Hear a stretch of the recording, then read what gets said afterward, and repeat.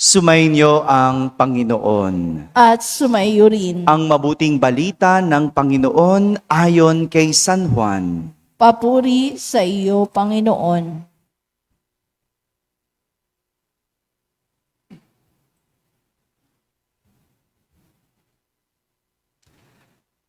Noong panahong iyon, sinabi ni Jesus sa mga tao, "Ako ang pagkaing nagbibigay buhay.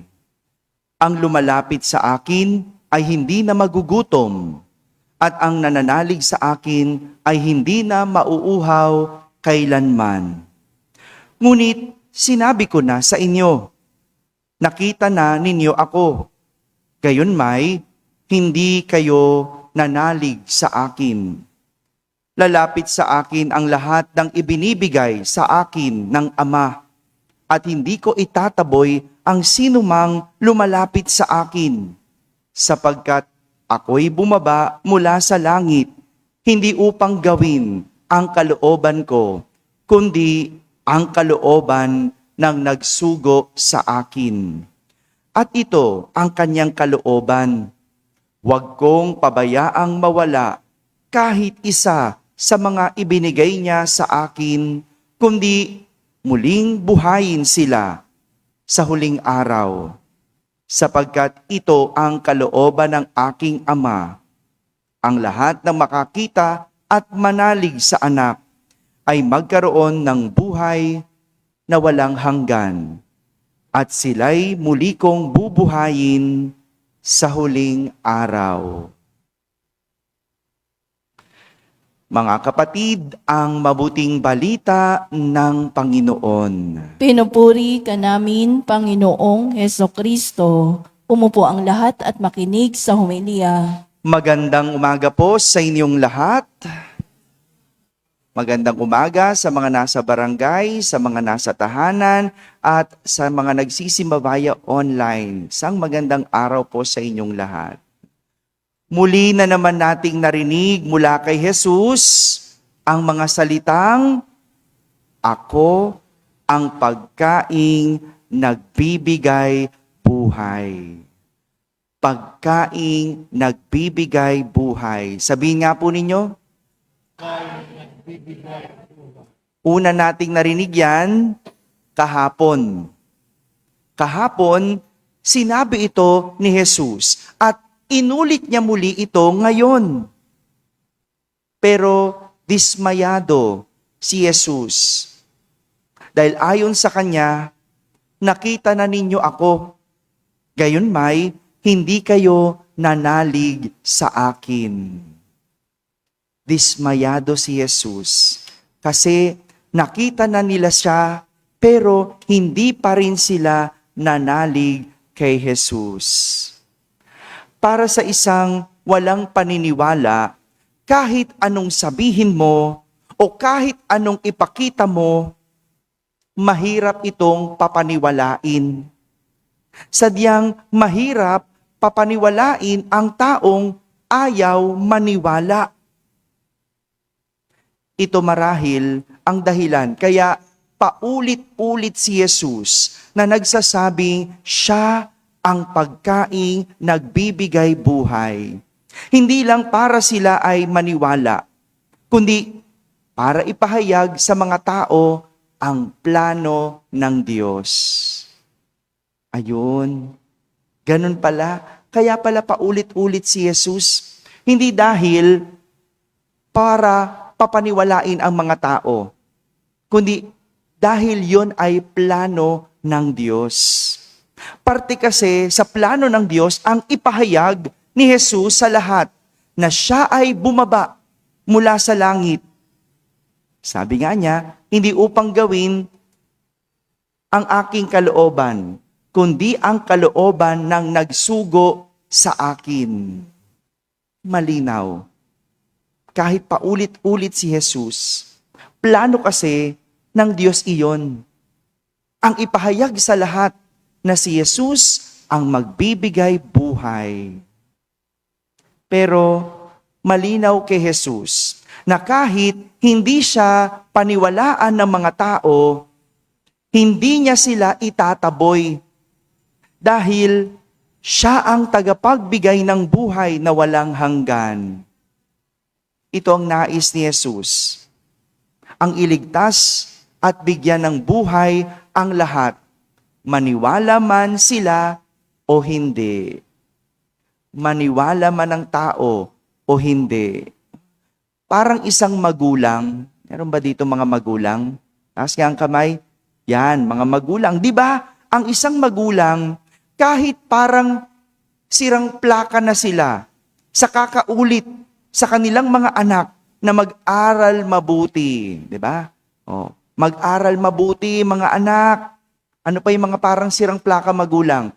Magsimba. Ano pa? Ano pa may mga sinasabi niyong para na kayong sirang plaka dahil paulit-ulit? Di ba may mga ganong salita ang magulang natin? Yung ayaw man maniwala ng anak, kailangan pa ding ulit-ulitin. Kailangan pa rin sabihin dahil yun ang nararapat. Yun lang ang tanging plano na makabubuti para sa mga anak. Plano para sila'y magkaroon ng magandang buhay. Di ba ganon? Kahit na ang sakit-sakit na ng lalamunan ninyo, kahit araw-araw, di ba? Lagi sinasabi, anak, mag-aral kayo. Anak, wag muna mag-boyfriend. Ano pa yung mga sinasabi ninyo paulit-ulit, di ba? Pero ang problema, wala na sa magulang na nangaral. Kundi na kanino? Nasa anak na ayaw maniwala. May mga ganong bata, di ba? Yung ayaw maniwala, no? Sinasabi na, pinapakita mo na, kapag hindi ka nag-aral, sige, matutulad ka kay ano. Di ba ganon? Ganon kayong mga ano. Sige, pagka ikaw nag-asawa ka ng maaga, matutulad ka kay, di ba? Bakit mo ginagawa yun? Hindi para ikumpara. Para maipakita mo kung anong mangyayari. Nang sa ganon, hari nawa, maniwala. Paulit-ulit. Paulit-ulit. Ganon din sa mga tao kay Jesus. Ayaw nilang maniwala kay Jesus dahil hindi nila kilalang lubos si Jesus. Ang alam lang nila at ang kilala lang nila ay yung tinapay na hinahanap nila kay Jesus. Ang alam lang nila, yung kailangan nila. Ano yung kailangan nila? Tinapay na iyon. Dahil yung sinasabing tinapay, yun ang alam nilang makapagbibigay sa kanila ng buhay. Ganyan naman tayo eh. Ang alam mo lang, yung magbibigay sa'yo ng buhay. Kaya wala ka ng ibang alam. Wala ka ng ibang pinaniniwalaan. Ang alam mo lang, kailangan pera para makapagbigay ng magandang buhay. Ano pang alam ng iba? Alam ng iba, sugal. No? Dito sugal. No? Yan ang alam nila. No? Kahit magdamagan sa sugal, hindi inaantok. Pero pag nagsimba, no? Sa ngalan ng Ama pala, nakapikit na. Diba? Ano pang alam ng iba? Trabaho. Wala nang ginawa kundi magtrabaho. Bakit? Yun lang alam na makapagbibigay ng bagong buhay o magandang buhay.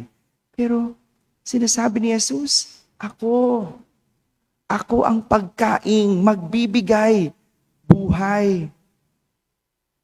Mabuti pang tinapay. Marami silang alam. Pero kay Jesus, wala silang halos nalalaman.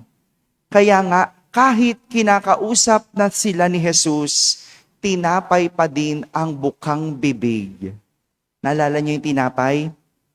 Yung Biyernes, yung pinarami ni Jesus, yung kinain nila, yung nagpakabusog sila, yun ang alam lang nila. Yun ang nilalapitan lang nila. Yun ang dahilan kung bakit sila lumalapit kay Jesus. Pero hindi dahil kay Jesus. Kaya naman si Felipe, sa ating unang pagbasa, wala siyang ibang bukang bibig kundi si Jesus. Walang ibang bukang bibig kung hindi si Jesus. Kaya nga, gano'n na lang siya mangaral. Pumupunta siya sa iba't ibang lugar para ipangaral ang pananampalataya kay Jesus, na siya ang dapat pakinggan ng marami, na siya ang dapat paniwalaan ng lahat. Bakit ganon si Felipe? Kasi gusto ni Felipe maligtas din ang lahat. Di ba ganon? Kapag gusto mo ibahagi sa iba yung nakuha mo, yung nararanasan mo, ibabahagi mo. Hindi ba? Kaya nga marami nagpapatotoo tungkol kay Jesus. Kasi gusto nila ang ibang tao din maligtas. Ang ibang tao din maniwala. Hindi lang basta maniwala, kundi para maranasan ang kanilang nararanasan.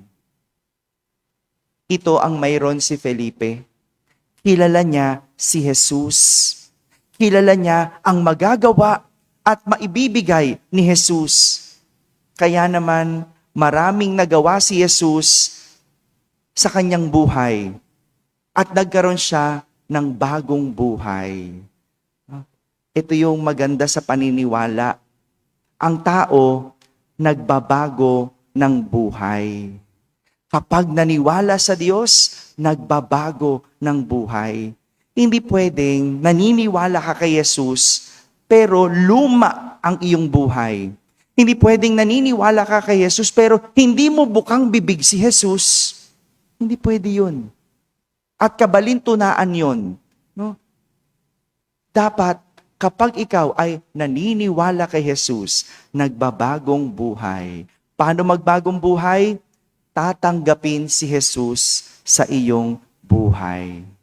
Mga kapatid, ang pagkilala kay Jesus, ang susi sa ating paniniwala. Makikilala lang natin si Jesus kung tatanggapin natin siya sa ating buhay. Dahil kapag kilala at tanggap natin si Jesus, magiging buo at matibay ang ating paniniwala. Amen? Amen.